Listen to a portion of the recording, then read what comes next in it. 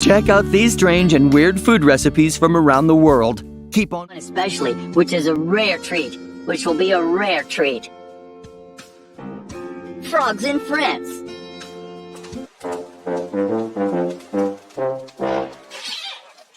If the thought of eating frogs sounded distasteful to you, then you'll be surprised to know that frogs are a delicacy in some parts of the world. The Chinese especially will salivate at the thought of frog's leg soup, a delicacy that dates back centuries. In fact, the Aztecs loved it too. But believe it or not, it was none other than the Catholic Church who was responsible for frog meat becoming a delicacy in France. Obese monks in the 12th century were ordered to eat more protein, so they settled on frog, which was soon followed by pious locals in France. And that's how a national delicacy was born. No throwing up here. I like fried frog legs. Before we move on, I've got a little challenge for y'all that'll take 5 seconds to complete. So here's the deal. You just leave a like on this video, smash that subscribe button, and hit the notification bell, and you'll get 10 years of amazing luck. Try it. It really works. Haggis, Scotland. 3 words you should never ask. What's in haggis? Haggis is a national delicacy in Scotland, but it isn't for the faint of heart. Be ready to look at entrails, organs, and almost anything that comes out of a sheep cooked in a steaming hot stew. The Scottish are a brave folk, which is why a mild dish would never do them proud as a national food. It had to be something like haggis that included an animal's organs like the liver, heart, lungs, and possibly everything else mixed with mutton or beef and oatmeal, seasoned with cayenne pepper, onions, and spices. But as if the mixture wasn't overwhelming enough, it has to be packed in a sheep's stomach and boiled to perfection. If you were offered some, would you do it? Well, I have. With a nice dram of scotch to chase it down. Armenian kush. The hair of the dog in Armenia is a beef hash. It's a soup made with a calf, hoof, and tripe. Eating stripe or an animal's stomach may sound pukish to you, but to many around the world, it may be a mouth-watering cuisine. In fact, tripe is best eaten stuffed with parts of an animal you may not consider edible. And when boiled with a cow or sheep's head, seasoned with garlic, you get what Armenians consider a delectable kash. An Armenian delicacy, kash, as it's pronounced, is a traditional dish best eaten in the winter. But because it sounds so appetizing to many, other countries in the region eat it throughout the year. The best way to start the day is with a breakfast of steaming kash, and you're good for the whole day. Yeah, I bet you are. And here I am criticizing it after I told you guys I've eaten haggis. Tuna eyeballs. Let's go see how these eyeballs are made. If you were offered a tuna eyeball, would you go, ew? Well, I'm drawing the line at eyeballs. Well, if you're in a Japanese restaurant, chances are you may just find that specialty on the menu. When it comes to seafood, the Japanese don't leave a thing to your imagination, because the more raw, the more bizarre, the better. Those who've eaten tuna eyeballs say it isn't as bad as it looks, okay? In fact, it tastes like egg whites or sometimes mussels. Some say it tastes like rubber, while others felt it made them gag. Like, the next time you're in Japan, pop a tuna eyeball. Who knows? You may like it too. How about no? Have a fish looking back at you like that? That's just no. No. In a pro no. Black pudding. It's common to many European cultures. The French call it boudin noir, and in the United Kingdom, they call it black pudding. We all like a nice sweet pudding, but if it were made from entrails, we bet you wouldn't even touch it with a barge pole, would you? Nutrition experts say that black pudding is considered superfood, on par with the likes of kale and spinach. But when the only ingredient is animal entrails, will it really have many takers? The answer is yes, because in some parts of Britain, black pudding is a favorite. Made from pig entrails and mixed with oatmeal, it's then made into a sausage and best eaten grilled, boiled, or fried. This I am willing to try because I like British food. Hakarl, Iceland. In the town of Reykjavik, Siggi, a traditional Icelandic cook, is preparing one of the signature meals of the Thorablatt festival. What if a restaurant served you rotten fish? Would you sue? On the other hand, if you're in Iceland, the more rotten the dish, it'd warrant a big fat tip instead. Not for the faint-hearted, hakarl is an Icelandic delicacy that consists of rotten fermented shark flesh that famous chef Anthony Bourdain once described as the most unpleasant and disgusting thing he'd ever eaten. And as Gordon Ramsay said, he couldn't even swallow it.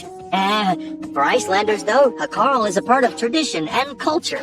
And though rotting shark flesh could kill a human, the locals have a special way of preserving it to be served as a national delicacy. No, I'm running away fast. 1,000-year-old eggs.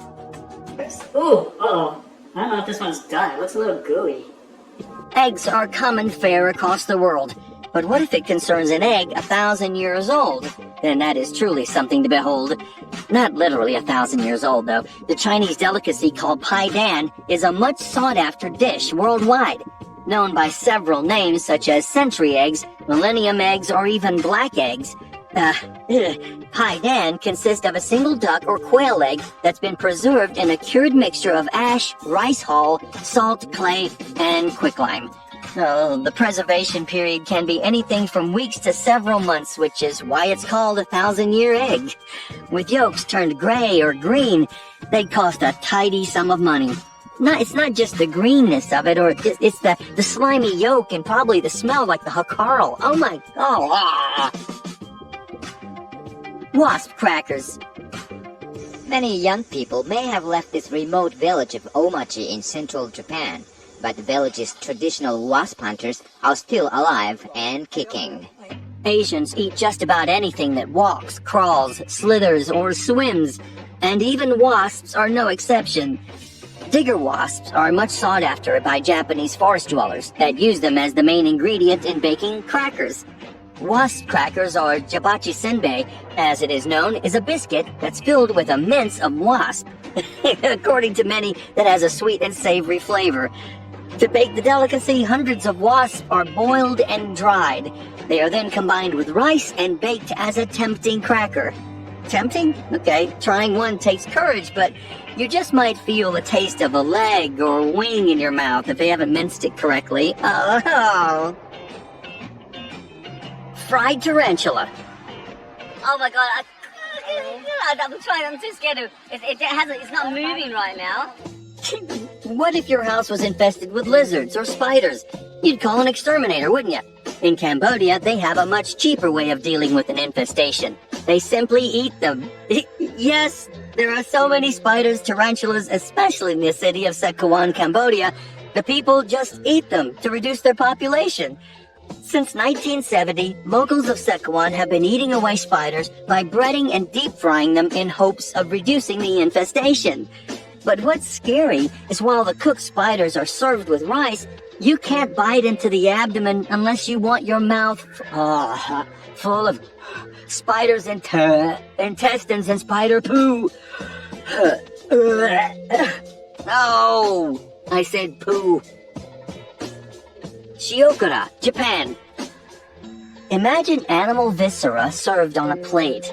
That's Japanese shiokara for you. An oriental delicacy. Shiokara is a mix of different marine animal meat combined with animal viscera, which is a nice way to say it's everything in the abdomen of the fish. Everything.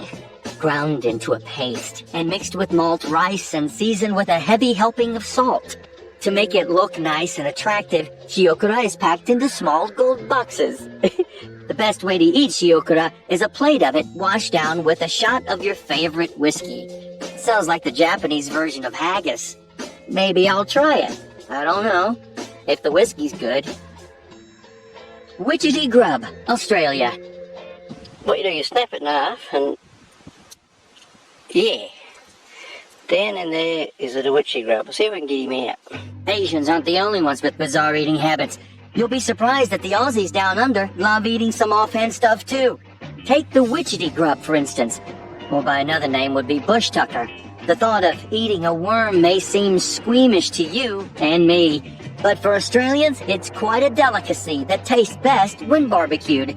As a great source of protein, the witchetty grub has been a staple of Aborigines for thousands of years, and one of the tastiest meals of the bush people.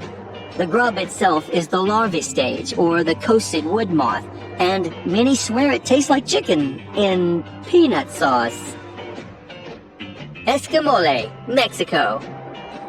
Everything remotely connected to larvae belongs to an exterminator's gun, don't you think? Not for those in central Mexico who relish the ant larvae called escamoles. This is a Mexican's favorite dish, and one of the national symbols of central Mexico. Called also insect caviar, escamoles are light-colored eggs that are picked from the maguey plant. Not a cheap item, escamole native to central Mexico is best served with tacos or an omelet. Those who have had it say it has a nutty texture. A serving of escamole can be quite costly, but best had with a couple of margaritas. Yes, anything is good with a margarita. Escargot, France.